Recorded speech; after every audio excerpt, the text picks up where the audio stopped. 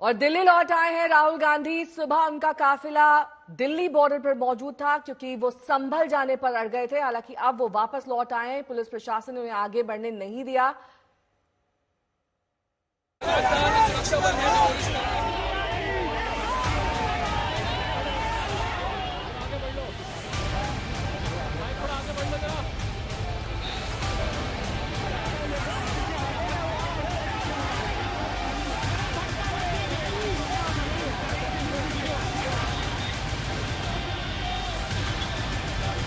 ये कॉन्स्टिट्यूशन के खिलाफ है।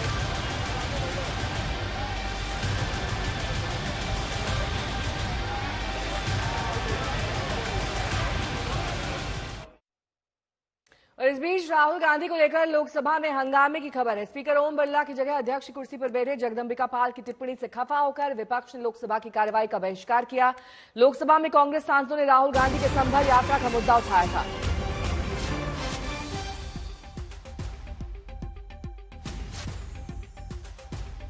और राहुल गांधी वापस दिल्ली लौट रहे हैं। वो सीधे संसद भवन जाएंगे। कांग्रेस सांसद का काफिला करीब 2 घंटे से गाजीपुर बॉर्डर पर रुका था। गाजियाबाद जिला प्रशासन ने उन्हें आगे बढ़ने की मंजूरी नहीं दी। प्रियंका गांधी वाड्रा और यूपी के कांग्रेसी सांसदों के साथ राहुल गांधी संभल जाने के लिए सुबह निकले, लेकिन गाजीपुर बॉर्डर पर उन्हें रोक दिया गया। पहले राहुल गांधी ने सिर्फ 5 सांसदों के साथ संभल जाने का प्रस्ताव रखा, लेकिन प्रशासन ने इसे पेशकश को ठुकराया। उसके बाद राहुल पुलिस की गाड़ी में अकेले संभल जाने का प्रस्ताव उन्होंने रखा और इस पेशकश को भी जिला प्रशासन ने मना कर दिया। अब राहुल और उनके साथ गए कांग्रेसी नेता और कार्यकर्ता वहीं जम गए। इस दौरान राहुल गांधी संविधान की प्रति लहराते हुए दिखाई दिए। आखिरकार अब राहुल गांधी का काफिला वापस दिल्ली लौट रहा है।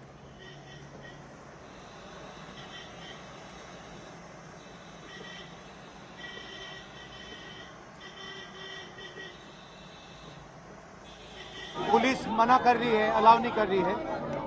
एज एलओपी मेरा अधिकार बनता है कि मैं जा सकता हूं, मगर तब भी वो मुझे रोक रहे हैं। मैंने कहा है कि मैं अकेला जाने को तैयार हूं, पुलिस के साथ जाने को तैयार हूं, मगर उन्होंने वो भी बात एक्सेप्ट नहीं की। और अब कह रहे हैं कि कुछ दिनों में अगर हम वापस आएंगे तो फिर वो हमें जाने देंगे। ये एक्चुअली जो एलओपी के अधिकार हैं उसके खिलाफ है। मुझे अलाउ करना चाहिए। कॉन्स्टिट्यूशन है ना,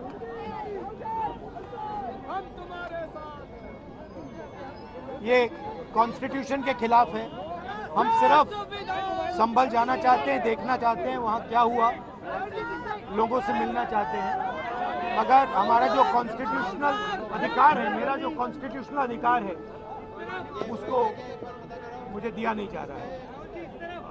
तो यही है, नया हिंदुस्तान है, कॉन्स्टिट्यूशन को खत्म करने का हिंदुस्तान है, अंबेडकर जी के कॉन्स्टिट्यूशन को खत्म करने का हिंदुस्तान है। अगर हम लड़ते रहेंगे। धन्यवाद। देखिए, जो संभल में हुआ है वो गलत है। राहुल जी नेता प्रतिपक्ष हैं, उनके संवैधानिक अधिकार होते हैं, वो बाकी लोगों से अलग होते हैं, उनको रोका नहीं जा सकता। इस तरह से उनका संवैधानिक पद है, संवैधानिक अधिकार है कि उनको अलाउ किया जाए कि वो पीड़ितों से मिलने जाएं।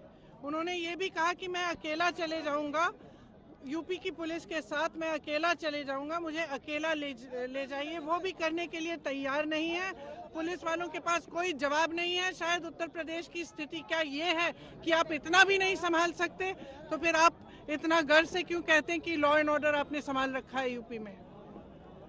तो नेता प्रतिपक्ष है, उनका संवैधानिक अधिकार है, उनको मिलना चाहिए, उनको इजाजत देनी चाहिए थी जाने की। अमित भारद्वाज मेरे सहयोगी सीधे संभल से तमाम जानकारी के साथ जुड़ गए हैं। उस बीच हिमांशु और मौसमी सिंह भी हमारे साथ लगातार जुड़े हुए हैं, वहां पर बॉर्डर से जानकारी दे रहे हैं। मौसमी, अब तो राहुल गांधी वापस लौट गए हैं, अब संसद की कार्रवाई में वो हिस्सा लेंगे? देखिए, जो जानकारी मिल रही है, राहुल गांधी अभी 10 जनपद वापस पहुंचे हैं, तो आगे जो संसद की कार्रवाई होगी उसमें वो हिस्सा ले सकते हैं। पर ये मसला कांग्रेस संसद में उठाएगी। और आज भी जब राहुल गांधी को रोका गया तो तमाम कांग्रेस सांसदों ने वॉकआउट किया, जिसमें समाजवादी पार्टी के भी सांसद उनके साथ उन्होंने वॉकआउट किया, इस बात को लेके कि नेता विपक्ष को संभल जाने नहीं दिया जा रहा है। तो पूरी तरह से कांग्रेस इस मुद्दे को भुनाने के मूड में लग रही है। कहीं ना कहीं कल हमने देखा कि किस तरह से समाजवादी पार्टी ने संभल को बड़ी मुखरता से संसद में रखा, और अब आज का दिन कांग्रेस के नाम था, जहां पे कांग्रेस के शीर्ष नेतृत्व जो है सड़क पर बैठे हुए नजर आए। गाड़ी में 2 घंटे तक राहुल गांधी इंतजार कर रहे थे, बातचीत कर रहे थे। तो अपने आप में कांग्रेस की भी ये कोशिश है, जिस तरह से राहुल गांधी ने एक लकीर खींची है कि अगर अल्पसंख्यकों पर अत्याचार होगा तो कांग्रेस को अपनी विचारधारा साफ करते हुए, सेक्युलर मानसिकता को दर्शाते हुए जमीन पर नजर आना चाहिए। तो उसी पर कहीं ना कहीं वॉक द टॉक करते हुए राहुल गांधी नजर आ रहे हैं। हिमांशु भी हमारे सहयोगी जुड़े हैं तमाम जानकारी के साथ। हिमांशु, संवैधानिक अधिकार बता रही है प्रियंका गांधी कि as leader of opposition Rahul Gandhi को वहां जाने देना चाहिए था। देखिए, बिल्कुल, अगर कुछ चीजें हैं, लेकिन जब हालात सही नहीं हो और वहां के जो डीएम है, डिस्ट्रिक्ट मजिस्ट्रेट है, उन्होंने वहां पर रोक लगाई हुई है कि कोई भी पॉलिटिकल पार्टी का नेता जो है वो 10 दिसंबर तक नहीं आ सकता है। और ऐसे में सबसे पहले समाजवादी पार्टी के जो नेता वहां जा रहे थे उनको रोका गया, फिर कांग्रेस के प्रदेश अध्यक्ष जो है अजय राय, उनको रोका गया, और उसके बाद आज राहुल गांधी जो नेता प्रतिपक्ष हैं लोकसभा में, उनको रोका गया, और उनके साथ प्रियंका गांधी जो वायनाड से सांसद है उनको भी रोका गया, और कहा कि 10 तारीख तक जब तक हालात सामान्य ना हो जाए वहां पूरी तरीके से आप नहीं जा सकते हैं। तो इस तरीके की घटना पहले नहीं हुई है, पहले भी कई बार हुई है कि जब इस तरीके की कोई घटना होती है, हम सबने देखा किसान आंदोलन के लिए जब विपक्ष के नेता जा रहे थे तब भी रोका गया, या ये कहें कि जब हालात सामान्य नहीं होते हैं तो हर प्रदेश में इसी तरीके से कानून व्यवस्था को बनाए रखने के लिए जो है वो पॉलिटिकल जो लोग। ठीक है, मैं लौटूंगी आपके पास। बीच बड़ी खबर आपको बता दें, समाजवादी पार्टी की तरफ से अब कांग्रेस पार्टी पर आरोप लगाया जा रहा है कि संभल मुद्दा संसद में नहीं उठा रही है कांग्रेस, बल्कि संभल जाने की तैयारी कर रही है। ये आरोप समाजवादी पार्टी की ओर से कांग्रेस पर लगाया गया है। इससे पहले हमने देखा था कि अडानी मुद्दे पर मुखर थी कांग्रेस। आज लेकिन राहुल गांधी ने संभल जाने का प्लान बना लिया। उनके साथ तमाम कांग्रेस के नेता मौजूद थे, लेकिन उन्हें जाने नहीं दिया गया। तो संभल जा रहे हैं, तो और पुलिस पार्लियामेंट में उठा नहीं रहे, वहां जा रहे हैं। और पुलिस की तरफ से ये कहा जा रहा है कि अभी वहाँ की सिचुएशन नॉर्मल नहीं है, वहाँ पे नहीं आना चाहिए। पुलिस तो वहाँ किसी को जाने ही नहीं देगी। तो सर लोग फॉर्मेलिटी कर रहे हैं। और समाजवादी पार्टी के राष्ट्रीय अध्यक्ष अखिलेश यादव इस वक्त हमारे साथ मौजूद हैं।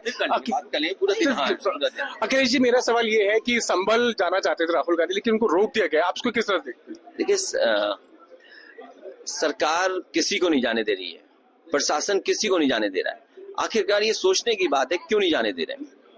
क्यों आपको लगता है क्यों रोका जा रहा है? पहले समाजवादी पार्टी के नेताओं को भी रोके गया, अब कांग्रेस के नेताओं को भी रोका जा रहा है। इस बात को यूं समझिए, जिन लोगों ने पूरे चुनाव में बेईमानी की, जिन्होंने वोट नहीं डालने दिया, और खासकर चिन्हित कर करके उन बूथों को पुलिस प्रशासन सख्ती से लगा दिया कि वोट डालने ना आए।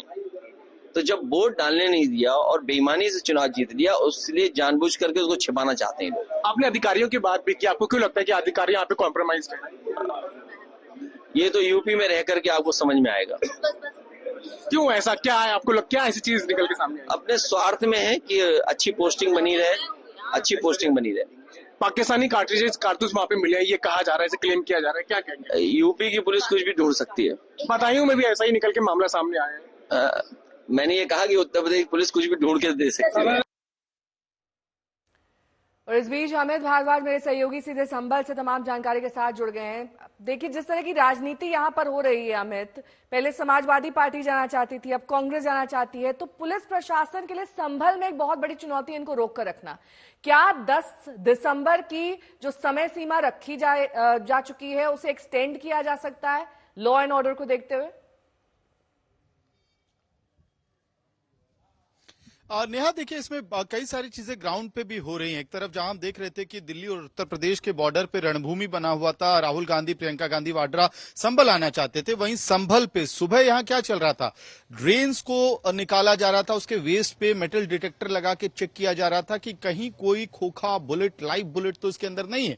यानी कि जो इन्वेस्टिगेशन की प्रक्रिया है वो संभल में अभी भी चल रही है। और यही वजह है कि कल जब मैंने अंजनय कुमार सिंह से बात की थी, जो मुरादाबाद के कमिश्नर है, उन्होंने बात दोहराई कि लॉ एंड ऑर्डर सिचुएशन भले ही कंट्रोल में है लेकिन हालात टेंस हैं और इन्वेस्टिगेटिव एजेंसीज को अपना काम करने देना होगा। और जब स्थिति सामान्य हो जाएगी तो हम सभी लोगों के लिए संभल में आने का रास्ता साफ कर देंगे। हमारी इंटेंशन किसी पॉलिटिकल एंटिटी और खास तौर पे जो संवैधानिक पदों पे बैठे हुए उन लोगों को रोकने की नहीं है।